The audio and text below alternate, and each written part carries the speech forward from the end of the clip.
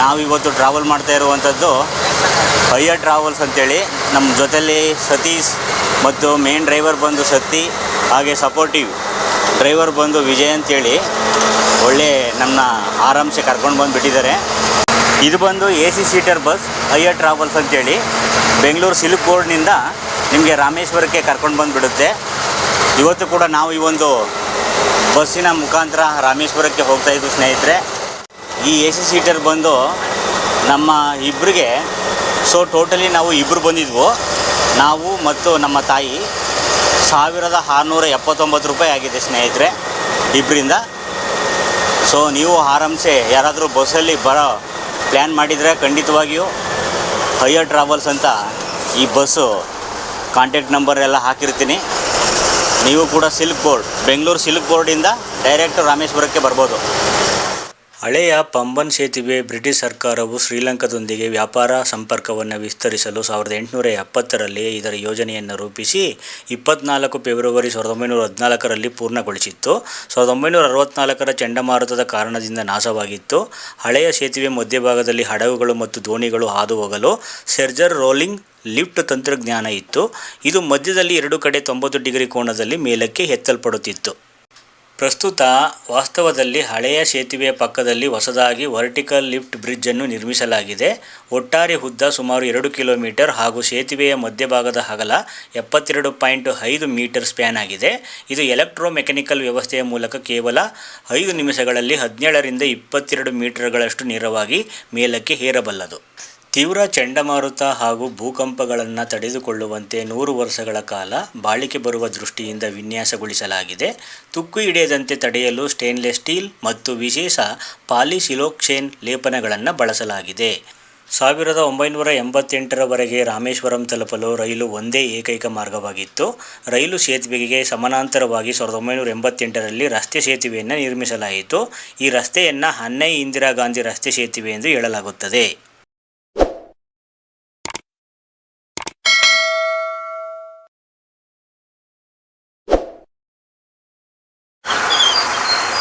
ನೋಡಿ, ಕೊನೆಗೆ ಅಯ್ಯ ಟ್ರಾವೆಲ್ಸು ನಮ್ಮನ್ನು ಕರ್ಕೊಂಡು ಬಂದು ರಾಮೇಶ್ವರ ದೇವಸ್ಥಾನಕ್ಕೆ ಬಿಟ್ಟಿದ್ದಾರೆ. ಸೊ ಇಲ್ಲಿಂದ ರಾಮೇಶ್ವರ ಟೆಂಪಲ್ ಏನಿದೆ 2 ಕಿಲೋಮೀಟ್ರ್ ಅಂತೆ. ಇಲ್ಲಿ ಯಾವುದಾದ್ರು ಆಟೋ ಶೇರಿಂಗ್ ಬೇಸಸ್ ಮೇಲೆ ನಾವು ಹೋಗಿ ಟೆಂಪಲನ್ನು ತಲುಪಬೇಕು. ವೀಕ್ಷಕರೇ ನೋಡ್ಬೋದು, ಜಗತ್ತಿನಲ್ಲಿ ಅತಿ ಉದ್ದವಾದ ಕಾರಿಡಾರ್ ಅಂದರೆ ಪಡಸಾಲೆಯನ್ನು ಈ ರಾಮೇಶ್ವರ ದೇವಾಲಯದ 3ನೇ ಕಾರಿಡಾರ್ ಹೊಂದಿದೆ ಅಂತ ಹೇಳ್ಬೋದು. ಈ ಪಡಸಾಲೆಯಲ್ಲಿ 1212 ಕಂಬಗಳಿದ್ದು ಪ್ರತಿಯೊಂದು ಕಂಬದಲ್ಲೂ ಅದ್ಭುತವಾದ ಕೆತ್ತನೆಗಳಿವೆ. ಇದರ ಒಟ್ಟು ಉದ್ದ ಸುಮಾರು 3850 ಅಡಿಗಳು ಎಂದು ಹೇಳಲಾಗುತ್ತದೆ ಸ್ನೇಹಿತರೆ. ಉತ್ತರದ ಗೋಪುರದ ಕಡೆಗೆ ಹೋಗುವ ದಾರಿಯಲ್ಲಿ ಸ್ನೇಹಿತರೆ, ಅಲ್ಲಿ ಮುಂದೆ ಉತ್ತರದ ಗೋಪುರವನ್ನು ಕಾಣ್ತಾ ಇದ್ದೀರಾ. ಹೋಗೋ ದಾರಿಯಲ್ಲಿ ಇಲ್ಲಿ ನೋಡ್ಬೋದು, ಇಲ್ಲಿಯೂ ಕೂಡ ಕನ್ನಡದಲ್ಲಿ ಉಡುಪಿ ಚಿತ್ರ ಅಂತ ಬರೆದಿದ್ದಾರೆ. ಹಾಗಾಗಿ ಭಾಳಷ್ಟು ಕನ್ನಡಿಗರು ಕೂಡ ಇಲ್ಲಿದ್ದಾರೆ ಹೇಳ್ಬೋದು. ಇಲ್ಲಿ ನೋಡಿ, ಪೇಜಾವರ ಅವರ ಸ್ವಾಮಿಗಳ ಮಠವೂ ಕೂಡ ಇದೆ. ರಾಮೇಶ್ವರದ ನೋಡಿ ಈ ಒಂದು ಪಾಯಿಂಟಲ್ಲಿ ಸ್ನೇಹಿತರೆ ನಿಮಗೆ ಉತ್ತರ ದಿಕ್ಕಿನಲ್ಲಿರುವಂತಹ ಗೋಪುರ ಕಣ್ಣಿಗೆ ಕಾಣುತ್ತೆ, ನೋಡ್ಬೋದು. ಈ ಒಂದು ಪಾಯಿಂಟಲ್ಲಿ ನೀವು ಒಳಗಡೆ ಹೋಗಿ 22 ತೀರ್ಥಗಳಲ್ಲಿ ಸ್ನಾನವನ್ನು ಮಾಡುವಂಥದ್ದು ಸ್ನೇಹಿತರೆ. ನೀವು ಕೂಡ 22 ಜಲತೀರ್ಥಗಳಲ್ಲಿ ಸ್ನಾನ ಮಾಡೋದಾದರೆ ಖಂಡಿತವಾಗಿಯೂ ಕೂಡ ರಾಮೇಶ್ವರ ದೇವಸ್ಥಾನಕ್ಕೆ ಭೇಟಿಯನ್ನು ಕೊಡಬೇಕು ಸ್ನೇಹಿತರೆ. ಉತ್ತರ ದಿಕ್ಕಿನ ಗೋಪುರವನ್ನು ಕಾಣ್ತಾ ಇದ್ದೀರಾ. ಇದು ಒಂದು ಶ್ರೀರಾಮನ ಬತ್ತಲಿಕೆಯಲ್ಲಿದ್ದಂತಹ 22 ಬಾಣಗಳಿಂದ ನಿರ್ಮಾಣವಾದಂತಹ ಜಲತೀರ್ಥಗಳು ಅಂತ ಹೇಳಿ ಕರೆಯಲಾಗುತ್ತೆ. ಭಾಳ ತುಂಬ ಶ್ರೇಯಸ್ಕರ. ಈ ಒಂದು ರಾಮೇಶ್ವರ ದೇವಸ್ಥಾನಕ್ಕೆ ಬಂದರೆ ನೀವು ಒಂದು 22 ತೀರ್ಥಗಳಲ್ಲಿ ಸ್ನಾನ ಮಾಡೋದು ಕೂಡ ಒಂದು ಭಾಳ ವಿಶೇಷ ಅಂತ ಹೇಳ್ಬೋದು ಸ್ನೇಹಿತರೆ. ಬಂದಂತಹ ಭಕ್ತಾದಿಗಳೆಲ್ಲ 22 ತೀರ್ಥಗಳಲ್ಲಿ ಸ್ನಾನ ಮಾಡಿಯೇ ನೀವು ರಾಮೇಶ್ವರ ಸ್ವಾಮಿಯ ಆ ಒಂದು ಲಿಂಗವನ್ನು ದರ್ಶನ ಮಾಡಬೇಕು. ಇದು ಪ್ರತೀತಿ ಸ್ನೇಹಿತರೆ. ಹಾಗೆ ಒಳಗಡೆ ನಿಮಗೆ 22 ತೀರ್ಥಗಳು ಬರುತ್ತೆ. ಮಹಾಲಕ್ಷ್ಮಿ ತೀರ್ಥ, ಸಾವಿತ್ರಿ ತೀರ್ಥ, ಗಾಯತ್ರಿ ತೀರ್ಥ, ಸರಸ್ವತಿ ತೀರ್ಥ, ಸೇತುಮಾಧವ ತೀರ್ಥ, ಗಂಧಮಾದನ ತೀರ್ಥ, ಗವಯ ತೀರ್ಥ, ಹಾಗೆ ಕವಚ ತೀರ್ಥ, ನಳತೀರ್ಥ, ನೀಲತೀರ್ಥ, ಚಕ್ರತೀರ್ಥ, ಚಂದ್ರತೀರ್ಥ, ಬ್ರಹ್ಮಹತ್ಯೆ ವಿಮೋಚನ ತೀರ್ಥ, ಸೂರ್ಯತೀರ್ಥ, ಚಂದ್ರತೀರ್ಥ, ಗಂಗಾತೀರ್ಥ, ಯಮುನಾ ತೀರ್ಥ, ಗಯಾತೀರ್ಥ, ಶಿವಾತೀರ್ಥ, ಸತ್ಯಾಮೃತ ತೀರ್ಥ, ಸರ್ವತೀರ್ಥ, ಕೋಡಿ ತೀರ್ಥ. ಹೀಗೆ 22 ತೀರ್ಥಗಳಲ್ಲಿ ನೀವು ಸ್ನಾನ ಮಾಡ್ತೀರಾ. 22 ತೀರ್ಥಗಳಲ್ಲಿ ಸ್ನಾನ ಮಾಡಿ ನೀವು ಆ ಒಂದು ರಾಮನಾಥ ಸ್ವಾಮಿಯ ಶಿವಲಿಂಗವನ್ನು, ಸೀತಾಮಾತೆ ಮರಳಿನಿಂದ ಮಾಡಿದಂತಹ ಆ ಶಿವಲಿಂಗದ ದರ್ಶನವನ್ನು ನೀವು ಮಾಡಬೇಕಾಗುತ್ತೆ ಸ್ನೇಹಿತರೆ. ಮೊದಲಿಗೆ ನಾವು ಸಮುದ್ರ ತೀರದಲ್ಲಿರುವಂತಹ ಅಗ್ನಿತೀರ್ಥ ಅನ್ನುವಂತಹ ಸ್ಥಳದಲ್ಲಿ ಮೊದಲು ಮಿಂದೆದ್ದು, ತದನಂತರ ಕೊನೆಗೆ ನೀವು ಈ ಒಂದು ಉತ್ತರ ದಿಕ್ಕಿನಲ್ಲಿರುವಂತಹ ಗೋಪುರದ ಕಡೆಗೆ ಬರಬೇಕಾಗುತ್ತೆ. ಸೊ ಬಂದು ನೀವು ಇಲ್ಲಿ ಒಂದು 22 ತೀರ್ಥಗಳಲ್ಲಿ ಸ್ನಾನ ಮಾಡಬೇಕಾಗುತ್ತೆ ಸ್ನೇಹಿತರೆ. ದೇವಸ್ಥಾನದ ಮುಂಭಾಗದಲ್ಲಿ ಹೋಗುವಂತಹ ಸಂದರ್ಭದಲ್ಲಿ ಸ್ನೇಹಿತರೆ, ಇಲ್ಲಿ ರಾಮಾಂಜನೇಯ ಚಿತ್ರ ಅಂಥೇಳಿ ಕನ್ನಡದಲ್ಲಿ ನೋಡಿ ಭಾಳ ಖುಷಿಯಾಯಿತು.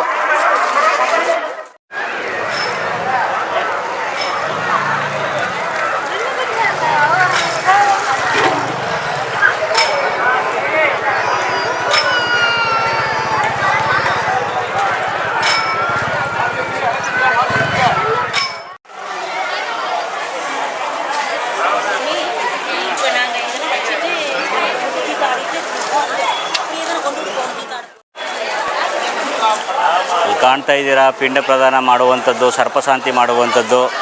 ಇಲ್ಲಿ ಅನೇಕ ಭಾಳಷ್ಟು ಪೂಜೆಗಳಿರುತ್ತೆ ಅಂತ ಕಾಣಿಸುತ್ತೆ. ನೀವು ಕೂಡ ಬಂದು ಮಾಡಿಸ್ಬೋದು ನೋಡಿ. ಇಲ್ಲಿ ಸುತ್ತಲೂ ಕೂಡ ನಿಮಗೆ ನೋಡಲಿಕ್ಕೆ ಸಿಗುತ್ತೆ. ಇದೇ ನೋಡ್ರಿ, ಈ ಸಮುದ್ರ ತೀರವನ್ನೇ ನಾವು ಅಗ್ನಿತೀರ್ಥ ಅಂತ ಹೇಳುವಂಥದ್ದು. ನೋಡಿ ಇಲ್ಲೆಲ್ಲ ಸ್ನಾನ ಮಾಡ್ತಾ ಇದ್ದಾರೆ.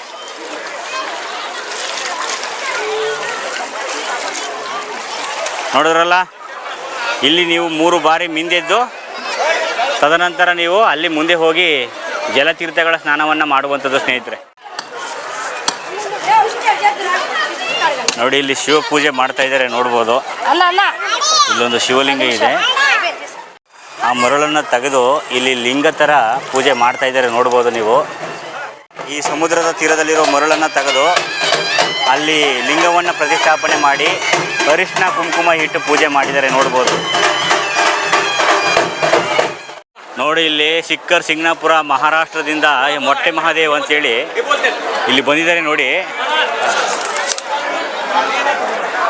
ನೋಡಿ ಅವರ ಯಾವುದೋ ಒಂದು ಪೂಜೆಯನ್ನು ಮಾಡಲಿಕ್ಕೆ ಬಂದಿದ್ದಾರೆ ಮಹಾರಾಷ್ಟ್ರದಿಂದ. ಸಿಕ್ಕರ್ सिंगणापुर ಅಂತೇಳಿ महाराष्ट्र शंभू महादेव का कावड़ है. कावड़ अब शिखर सिंगणापुर का नित्य नियमन या ठिकाणी जल अभिषेक करने वाला है. दर महीना को वारीपुरा में ये महीने में मोटा उत्सव साजरा होता है. पूरा 1 महीना पूरा तक वो यात्रा भर जाती है. एक 10 लाख का 20 लाख यात्री को रहता है. ಸುತ್ತಲಿ ಹಿಂದೆ ನೋಡ್ಬೋದು ಎಷ್ಟು ದೋಣಿ ಹಡಗುಗಳು ನಿಂತಿವೆ ನೋಡಿ. ಇಲ್ಲಿಂದ ಮುಂದೆ ಹೋದರೆ ನಮಗೆ ಶ್ರೀಲಂಕಾನೇ ಸಿಗೋದು ಸ್ನೇಹಿತರೆ. ರಾವಣ ಬ್ರಾಹ್ಮಣ ಆದ ಕಾರಣ ಶ್ರೀರಾಮರಿಗೆ ಬ್ರಹ್ಮಹತ್ಯೆ ದೋಷ ಕಾಣಿಸ್ಕೊಳ್ಳುತ್ತೆ. ಆ ಬ್ರಹ್ಮಹತ್ಯೆ ದೋಷವನ್ನು ನಿವಾರಿಸಿಕೊಳ್ಳಲು ಶ್ರೀರಾಮರು ಅಗಸ್ತ್ಯ ಮುನಿಗಳ ಅಣತಿಯ ಮೇರೆಗೆ ಇಲ್ಲೊಂದು ಶಿವಲಿಂಗವನ್ನು ಪ್ರತಿಷ್ಠಾಪನೆ ಮಾಡೋದ್ರ ಬಗ್ಗೆ ಪ್ರಸ್ತಾಪವನ್ನು ಮಾಡ್ತಾರೆ. ಹಾಗಾಗಿ ಇದೇ ಸ್ಥಳದಲ್ಲಿ ಬಂದು ಸ್ನೇಹಿತರೆ ರಾಮನಿಗೆ ಒಂದು ಸಲಹೆಯನ್ನು ಅಗಸ್ತ್ಯ ಮುನಿಗಳು ನೀಡ್ತಾರೆ. ಇಲ್ಲೊಂದು ನೀನು ಶಿವಲಿಂಗವನ್ನು ಪ್ರತಿಷ್ಠಾಪನೆ ಮಾಡಿ ನೀನು ಶಿವಪೂಜೆಯನ್ನು ಮಾಡಬೇಕಾಗುತ್ತೆ ಅಂತೇಳಿ. ಈ ಕಾರಣಕ್ಕೋಸ್ಕರ ಶ್ರೀರಾಮರು ಹನುಮಂತನನ್ನು ಕರೆದು ಅವರನ್ನು ವಿಶ್ವಲಿಂಗವನ್ನು ತರಲಿಕ್ಕೆ ಕೈಲಾಸ ಪರ್ವತಕ್ಕೆ ಕಳಿಸ್ಕೊಡ್ತಾರೆ. ಹಾಗಾಗಿ ಪೂಜೆ ಪುನಸ್ಕಾರಗಳನ್ನು ಮಾಡುವಂತಹ ಸಂದರ್ಭದಲ್ಲಿ ಸ್ನೇಹಿತರೆ ಹನುಮಂತನು ಬರುವಂತಹ ಸಮಯ ಸ್ವಲ್ಪ ಹೊತ್ತಾಗುತ್ತೆ. ಈ ಕಾರಣಕ್ಕೋಸ್ಕರ ಸೀತಾದೇವಿಯೇ ಈ ಒಂದು ಅಗ್ನಿತೀರ್ಥ ಅನ್ನುವಂತಹ ಸ್ಥಳದಲ್ಲಿ ಒಂದು ಮರಳಿನ ಮುಖಾಂತರ ಒಂದು ಲಿಂಗವನ್ನು ಅವರೇ ಪ್ರತಿಷ್ಠಾಪನೆ ಮಾಡಿ ಆ ಸಮಯದಲ್ಲಿ ಪೂಜೆಯನ್ನು ಮಾಡಿರ್ತಾರೆ. ಸ್ವಲ್ಪ ನಂತರದ ಸಮಯದಲ್ಲಿ ಹನುಮಂತನು ಕೂಡ ಕೈಲಾಸ ಪರ್ವತ ಶ್ರೇಣಿಯಿಂದ ವಿಶ್ವಲಿಂಗವನ್ನು ತಂದು ಇಲ್ಲಿಗೆ ಸಮರ್ಪಿಸ್ತಾರೆ. ಹಾಗಾಗಿ ಶ್ರೀರಾಮರಿಗೂ ಕೂಡ ಹನುಮಂತ ತಂದಂತಹ ವಿಶ್ವಲಿಂಗವನ್ನು ಪ್ರತಿಷ್ಠಾಪನೆ ಮಾಡಬೇಕು ಅನ್ನೋ ಇಚ್ಛೆ ಇರುತ್ತೆ. ಸೀತಾಮಾತೆಗೆ ಮೊದಲ ಆದ್ಯತೆಯನ್ನು ನೀಡಿ ಅವರು ಮರಳಿನಿಂದ ಮಾಡಿದಂತಹ ಈ ಶಿವಲಿಂಗವನ್ನು ಇದೇ ಸ್ಥಳದಲ್ಲಿ ಪ್ರತಿಷ್ಠಾಪನೆ ಮಾಡಲಾಗುತ್ತೆ. ಮರಳಿನಿಂದ ಮಾಡಿದಂತಹ ಆ ಶಿವಲಿಂಗವನ್ನೇ ಇವತ್ತು ನಾವು ರಾಮನಾಥ ಸ್ವಾಮಿ ಅಂತೇಳಿ ಪೂಜೆ ಮಾಡುವಂಥದ್ದು. ಹಾಗೆ ರಾಮನಾಥ ಸ್ವಾಮಿಯ ದರ್ಶನವನ್ನು ಮಾಡಿ ನೀವು ಹನುಮಂತ ತಂದಂತಹ ವಿಶ್ವಲಿಂಗವನ್ನು ಕೂಡ ನೀವು ದರ್ಶನ ಮಾಡಬೇಕಾಗುತ್ತೆ. ಇಲ್ಲಾಂದರೆ ರಾಮೇಶ್ವರಕ್ಕೆ ಬಂದಂತಹ ಸಂಪೂರ್ಣವಾದ ಫಲ ನಿಮಗೆ ದೊರಕೋದಿಲ್ಲ ಅಂಥೇಳಿ ಶ್ರೀರಾಮನ ಒಂದು ಆಶೀರ್ವಾದ ಇದೆ ಅಂತ ಹೇಳ್ಬೋದು. ಹಾಗಾಗಿ ರಾಮನಾಥೇಶ್ವರ ಸ್ವಾಮಿಯ ದರ್ಶನವನ್ನು ಮಾಡಿದ ಬಳಿಕ ಹನುಮಂತ ಪ್ರತಿಷ್ಠಾಪನೆ ಮಾಡಿರುವಂತಹ ವಿಶ್ವಲಿಂಗವನ್ನು ಕೂಡ ನೀವು ದರ್ಶನವನ್ನು ಮಾಡುವಂಥದ್ದು ಸ್ನೇಹಿತರೆ. ಅದು ಕೂಡ ರಾಮೇಶ್ವರದ ಮುಂಭಾಗದಲ್ಲೇ ಇದೆ. ಹಾಗೆ ಸಮುದ್ರದ ತೀರ ಭಾಗವನ್ನು ಅಗ್ನಿದೇವನ ಜನ್ಮಸ್ಥಳ ಅಂತ ಹೇಳಿ ಕರೀತೀವಿ. ಈ ಕಾರಣಕ್ಕೋಸ್ಕರ ಇದನ್ನು ಅಗ್ನಿತೀರ್ಥ ಅಂತೇಳಿ ಈ ಒಂದು ಸ್ಥಳವನ್ನು ಗೌರವದಿಂದ ಕಾಣುವಂಥದ್ದನ್ನು ನಾವು ಈ ಒಂದು ರಾಮೇಶ್ವರದಲ್ಲಿ ಕಾಣ್ಬೋದು ಸ್ನೇಹಿತರೆ.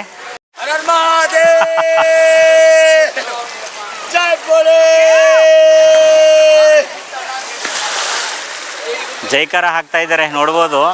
ಹಾಗೆ ಕಾಶಿ ಯಾತ್ರೆ ಮಾಡೋರು ಮೊದಲು ನೀವು ರಾಮೇಶ್ವರಕ್ಕೆ ಬಂದು ಇಲ್ಲಿ ಮರಳಿನಲ್ಲಿ ಈ ಒಂದು ಸ್ಥಳದಲ್ಲಿ ಸಿಗುವಂತಹ ಸಮುದ್ರದ ಮರಳನ್ನು ತಗೊಂಡೋಗಿ ಕಾಶಿಯಲ್ಲಿ ಇರುವಂತಹ ಗಂಗಾ ನದಿಯ ತೀರದಲ್ಲಿ ಲಿಂಗವನ್ನು ಪ್ರತಿಷ್ಠಾಪನೆ ಮಾಡಿ ವಿಸರ್ಜನೆಯನ್ನು ಮಾಡಿ ತದನಂತರ ಆ ಕಾಶಿಯಿಂದ ತಂದಂತಹ ಗಂಗೆಯನ್ನು ನಿಮ್ಮ ಮನೆಗೆ ತಂದು ಕೊನೆಯದಾಗಿ ನೀವು ಮತ್ತೆ ರಾಮೇಶ್ವರಕ್ಕೆ ಬಂದು ಇಲ್ಲಿ ರಾಮೇಶ್ವರ ಸ್ವಾಮಿಗೆ ಜಲಾಭಿಷೇಕವನ್ನು ಆ ಗಂಗಾಭಿಷೇಕವನ್ನು ಮಾಡಿಸಬೇಕಂತೆ.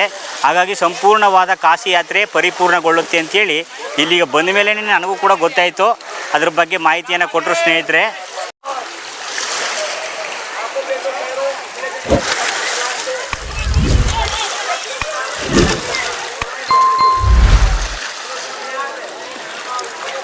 ನಮ್ಮ ಜೊತೆಲಿ ಇವತ್ತು ಅಜಿತ್ ಅನ್ನುವಂಥವ್ರು ಸಿಕ್ಕಿದ್ದಾರೆ. ಸೊ ಇವ್ರ ಮುಖಾಂತರನೇ ಇವತ್ತು ರಾಮೇಶ್ವರ ಟೂರ್ ಆಗ್ತಾಯಿದ್ದೀನಿ, ರೌಂಡ್ ಟ್ರಿಪ್ಪು. ಸೊ ಎಲ್ಲರೂ ಕೂಡ 1200 ನಿಮಗೆ ಹೇಳ್ತಾರೆ, ಅದು ಕೂಡ ನಿಜನೇ.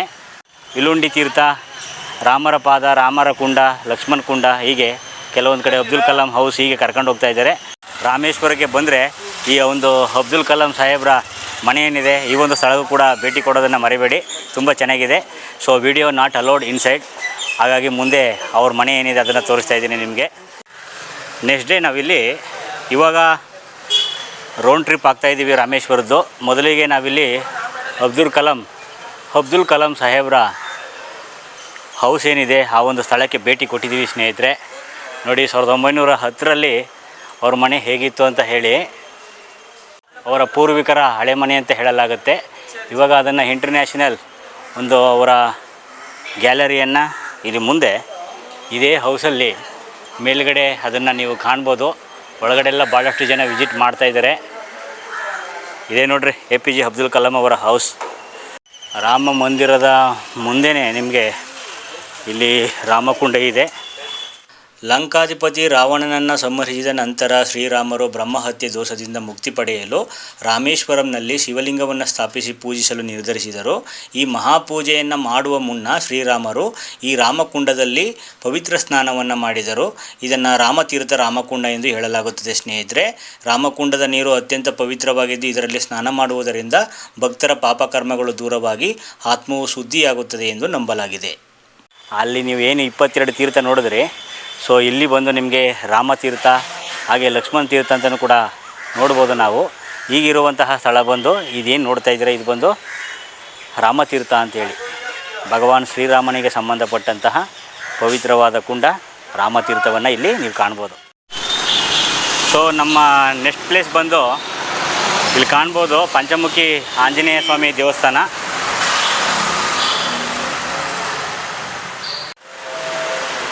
ನೋಡ್ಬೋದು ಪಂಚಮುಖಿ ಸ್ವಾಮಿಯ ಆಂಜನೇಯ ಸ್ವಾಮಿಯ ದೇವಸ್ಥಾನ ಏನು ನೋಡ್ತಾ ಇದ್ದೀರಾ. ಹಾಗೆ ಫ್ಲೋಟಿಂಗ್ ಸ್ಟೋನ್ ಇದೆ, ಹೋಗೋಣ ಬನ್ನಿ. ಹಾಗೆ ರಾಮ ಸೇತುವೆಯನ್ನು ನಿರ್ಮಾಣ ಮಾಡುವಂತಹ ಸಂದರ್ಭದಲ್ಲಿ ಬಳಸಲಾದಂತಹ ಆ ಒಂದು ತೇಲುವ ಕಲ್ಲುಗಳೇನಿದೆ ಫ್ಲೋಟಿಂಗ್ ಸ್ಟೋನ್, ಸೊ ಅದು ಕೂಡ ಈ ಒಂದು ಸ್ಥಳದಲ್ಲಿದೆ ಸ್ನೇಹಿತರೆ. ಈ ಒಂದು ಸ್ಥಳದಲ್ಲಿದೆ, ನೀವು ಒಳಭಾಗದಲ್ಲಿ ನೋಡ್ಬೋದು. ಯಾಕಂದರೆ ವಿಡಿಯೋ ಅಲೋಡ್ ಮಾಡ್ತಾ ಇಲ್ಲ. ನೀವು ಬಂದರೆ ಈ ಒಂದು ಸ್ಥಳದಲ್ಲಿ ಸ್ನೇಹಿತರೆ ಆ ಫ್ಲೋಟಿಂಗ್ ಸ್ಟೋನ್ ಏನಿದೆ ಈ ಒಂದು ಮಠದಲ್ಲಿದೆ ಅಂತ ಹೇಳ್ಬೋದು. ಸೊ ಒಳಗಡೆ ಹೋದರೆ ನೀವು ಅದನ್ನು ನೋಡ್ಬೋದು ಸ್ನೇಹಿತರೆ. ಈ ಪಂಚಮುಖಿ ದೇವಸ್ಥಾನದ ಮುಂಭಾಗದಲ್ಲೇ ಇಲ್ಲಿ ಕಾಣ್ಬೋದು ಇಲ್ಲೊಂದು ನಟರಾಜರ್ ದೇವಸ್ಥಾನವೂ ಕೂಡ ಇದೆ. ಬಂದರೆ ಇದನ್ನು ಕೂಡ ವೀಕ್ಷಣೆ ಮಾಡಿ ಸ್ನೇಹಿತರೆ. ನೋಡಿ ಹೇಗಿದೆ.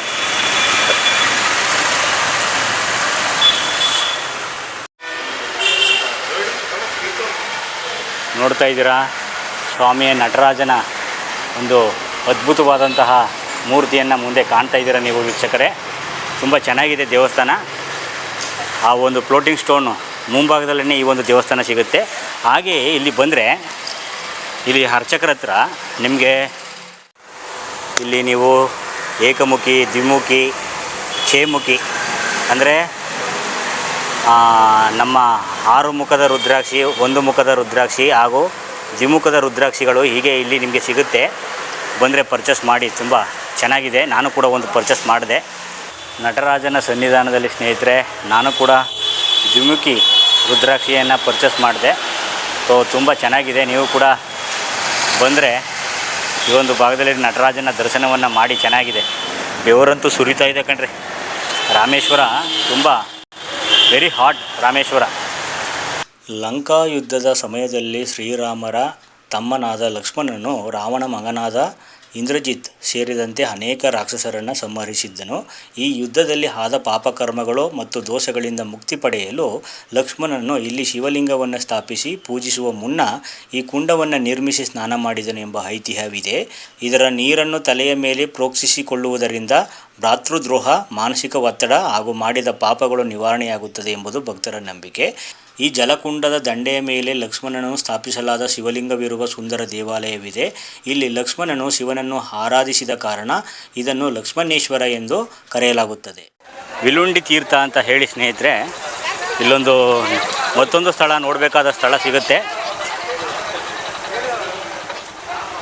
ನೋಡಿ. ಇಲ್ಲಿ ವಿಲುಂಡಿ ತೀರ್ಥಂ ಅಂಥೇಳಿ ಮೆನ್ಷನ್ ಮಾಡಿದ್ದಾರೆ, ನೋಡ್ಬೋದು.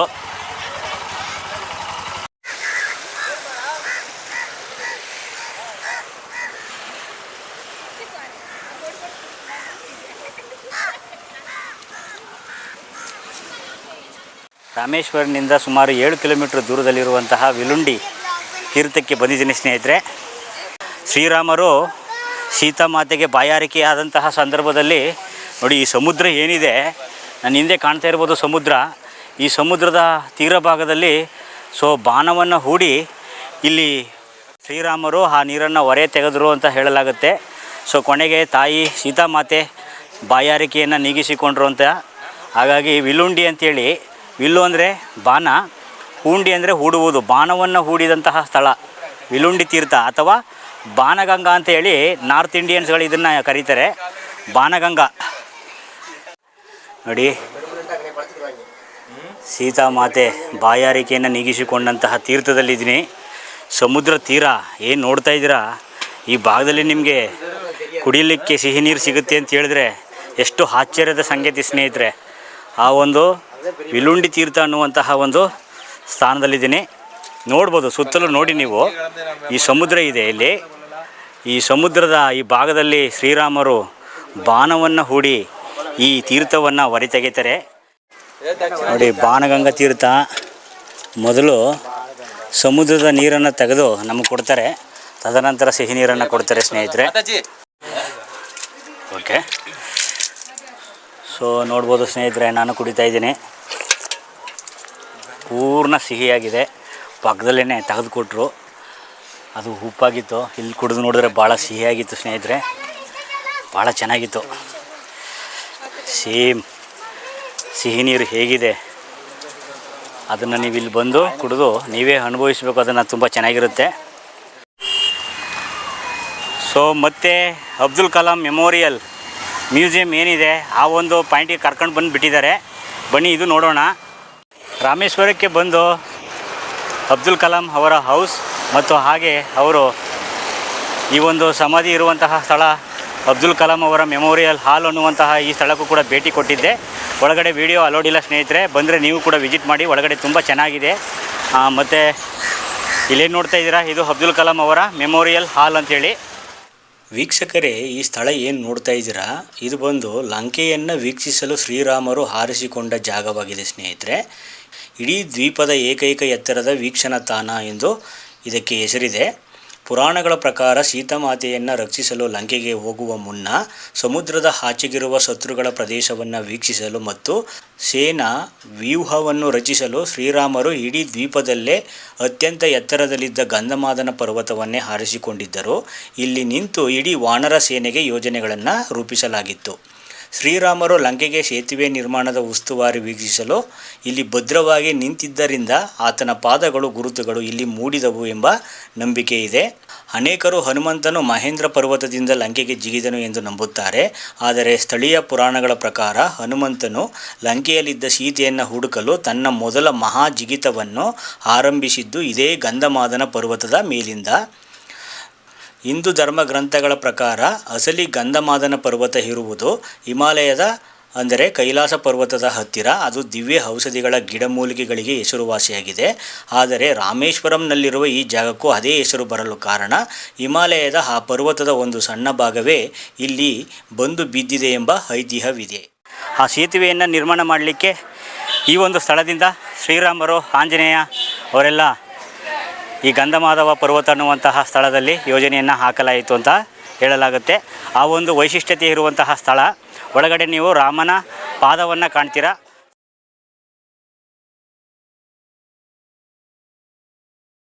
ಹೀಗೆ ಧನುಷ್ಕೋಡಿಗೆ ಹೋಗುವಂತಹ ದಾರಿಯಲ್ಲಿ ನಿಮಗೆ ನೋಡಿ, ಈ ಮಾರ್ಗವಾಗಿ ಬಂದರೆ ನಿಮಗೆ ಜಡತೀರ್ಥ ಶಿವನ್ ಟೆಂಪಲ್ ಅಂತೇಳಿ ಒಂದು ಬೋರ್ಡ್ ಕಾಣಿಸುತ್ತೆ ನಿಮಗೆ. ಈ ದಾರಿಲಿ ಹೋದರೆ ಹಿಂದೆ ಶ್ರೀರಾಮರು ರಾವಣನನ್ನು ಸಂಹಾರ ಮಾಡಿ ಈ ಒಂದು ಸ್ಥಳಕ್ಕೆ ಬಂದಾಗ ಅಗಸ್ತ್ಯ ಮುನಿಯ ಅಣತಿಯ ಮೇರೆಗೆ ಈ ಒಂದು ಸ್ಥಳದಲ್ಲಿ ರಾಮೇಶ್ವರ ಲಿಂಗವನ್ನು ಪ್ರತಿಷ್ಠಾಪನೆ ಮಾಡುವಂತಹ ಸಂದರ್ಭದಲ್ಲಿ ಇದೇ ಸ್ಥಳದಲ್ಲಿ ಬಂದು ತಮ್ಮ ಜಡೆಯನ್ನು ಈ ಜಟಾಯು ತೀರ್ಥದಲ್ಲಿ ತಮ್ಮ ಜಡೆ ಸ್ನಾನವನ್ನು ಮಾಡ್ತಾರೆ.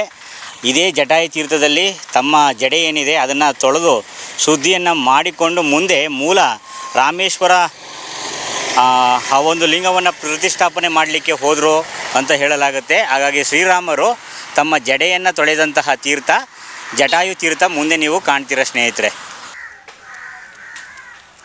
ನೋಡಿ,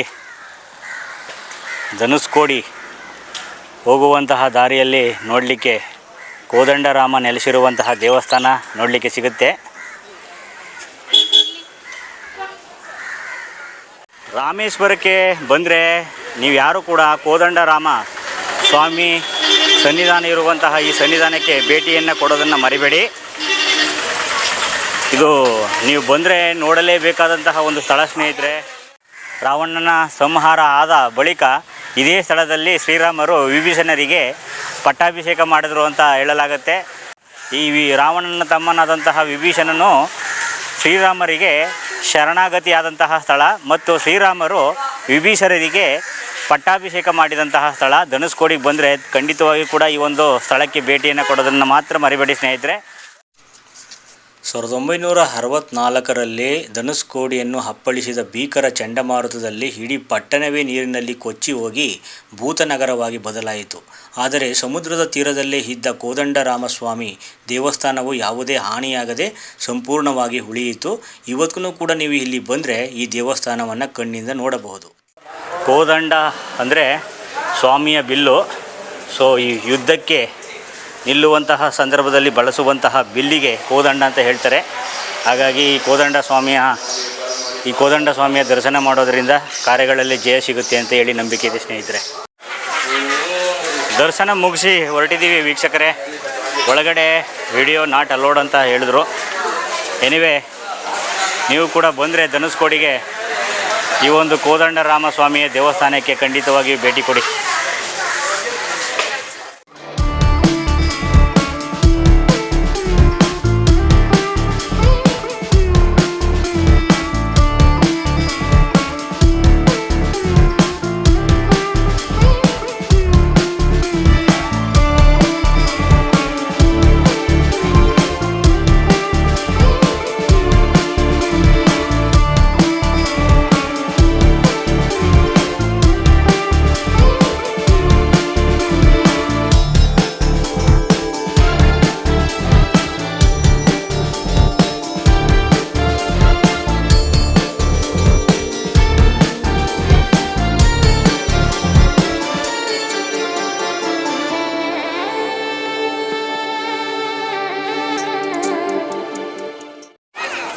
ಕೊನೆಗೂ ನೋಡ್ರಿ, ಕೊನೆಯ ಪಾಯಿಂಟ್ ಧನುಷ್ಕೋಡಿ ಏನಿದೆ ಆ ಒಂದು ಪಾಯಿಂಟಿಗೆ ಬಂದಿದ್ದೀವಿ ಸ್ನೇಹಿತರೆ.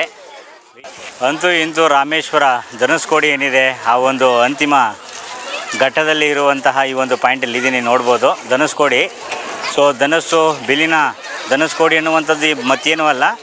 ಸೊ ಬಿಲ್ಲಿನ ತುದಿ ಅಥವಾ ಧನುಸ್ಸು ಏನಿದೆ ಆ ಒಂದು ತುದಿಯ ಭಾಗವನ್ನು ಈ ಒಂದು ವಾಸ್ತವದಲ್ಲಿ ನಾವು ಧನುಷ್ಕೋಡಿ ಅಂತ ಹೇಳ್ತೀವಿ.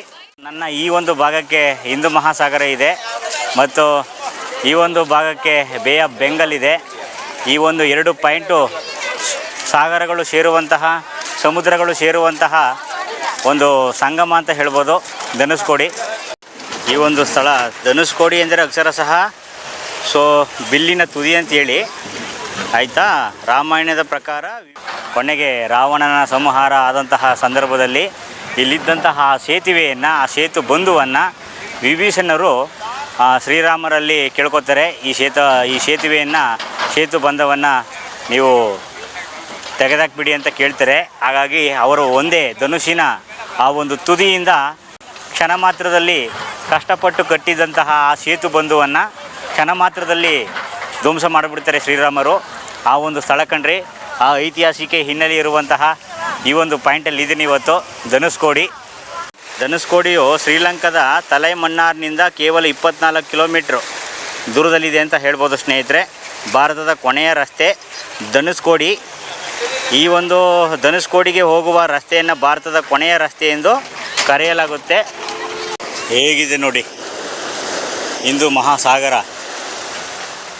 ಸ್ಥಳೀಯರು ಬಂಗಾಳ ಕೊಲ್ಲಿಯನ್ನು ಪೆನ್ ಕಡಲ್, ಶಾಂತವಾಗಿರುವ ಹೆಣ್ಣು ಸಮುದ್ರ ಎಂದು, ಹಿಂದೂ ಮಹಾಸಾಗರವನ್ನು ಹಾನ್ ಕಡಲ್, ಅತ್ಯಂತ ಭೀಕರವಾಗಿ ಅಪ್ಪಳಿಸುವ ಗಂಡು ಸಮುದ್ರ ಎಂದು ಕರೆಯುತ್ತಾರೆ. ಬಂಗಾಳ ಕೊಲ್ಲಿಯ ಕಡೆ ನೀರು ಶಾಂತವಾಗಿದ್ದರೆ ಹಿಂದೂ ಮಹಾಸಾಗರದ ಕಡೆ ಅಲೆಗಳು ಅತ್ಯಂತ ಭೀಕರವಾಗಿ ಮತ್ತು ಎತ್ತರವಾಗಿ ಅಪ್ಪಳಿಸುತ್ತವೆ. ಧನುಷ್ಕೋಡಿಯ ಕೊನೆಯ ತುದಿಯಾದ ಹರಿಚಲ್ ಮುನೈ ಭಾರತದ ಅತ್ಯಂತ ಚಿಕ್ಕ ಭೂಗಡಿಯಾಗಿದೆ ಸ್ನೇಹಿತರೆ. ಇದು ಭಾರತ ಮತ್ತು ಶ್ರೀಲಂಕಾವನ್ನು ಸಂಪರ್ಕಿಸುವಂತಹ ಬಾರ್ಡರ್ ಆಗಿದೆ. ಇಲ್ಲಿ ನಿಂತರೆ ಶ್ರೀಲಂಕಾದ ಮನ್ನಾರ್ ದ್ವೀಪವು ಕೇವಲ 18 ಮೈಲಿ ದೂರದಲ್ಲಿದೆ. ಬ್ರಿಟಿಷರ ಕಾಲದಲ್ಲೇ ಕೇವಲ ಒಂದೇ ಟಿಕೆಟ್ ಖರೀದಿಸಿ ಚೆನ್ನೈನಿಂದ ರೈಲಿನಲ್ಲಿ ಧನುಷ್ಕೋಡಿಗೆ ಬಂದು ಅಲ್ಲಿಂದ ಹಡಗಿನ ಮೂಲಕ ಶ್ರೀಲಂಕಾಕ್ಕೆ ನೇರವಾಗಿ ಪ್ರಯಾಣಿಸಬಹುದಿತ್ತು. ಈ ಒಂದು ಲೈಟ್ ಹೌಸ್ ಏನಿದೆ ನೋಡಿ, ಈ ಪಾಯಿಂಟಲ್ಲಿ ಬಂದರೆ ನಿಮಗೆ ಒಂದು ಓಲ್ಡ್ ಚರ್ಚ್ ಸಿಗುತ್ತೆ ಸ್ನೇಹಿತರೆ. ಹಿಂದೆ ಜನವಸತಿ ಈ ಒಂದು ಪ್ರದೇಶದಲ್ಲಿ ಇದ್ವು ಅನ್ನೋದಕ್ಕೆ ಒಂದು ಸಾಕ್ಷಿಯಾಗಿ ಈಗ ಈ ಒಂದು ಚರ್ಚ್ ಕುರುಹಾಗಿ ಈ ಭಗ್ನ ಅವಶೇಷಗಳಿರುವಂತಹ ಈ ಒಂದು ಚರ್ಚಿನ ಕುರುಹುಗಳನ್ನು ನೀವಿಲ್ಲಿ ಕಾಣ್ಬೋದು ವೀಕ್ಷಕರೇ.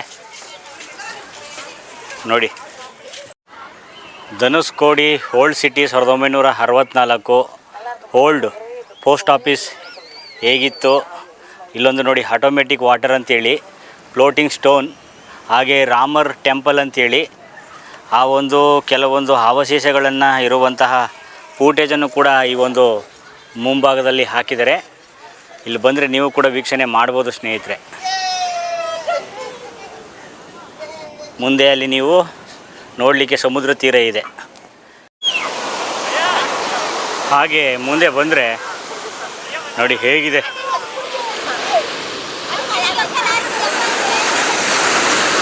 ಭಾಳ ಸುಂದರವಾಗಿದೆ ಸಮುದ್ರ.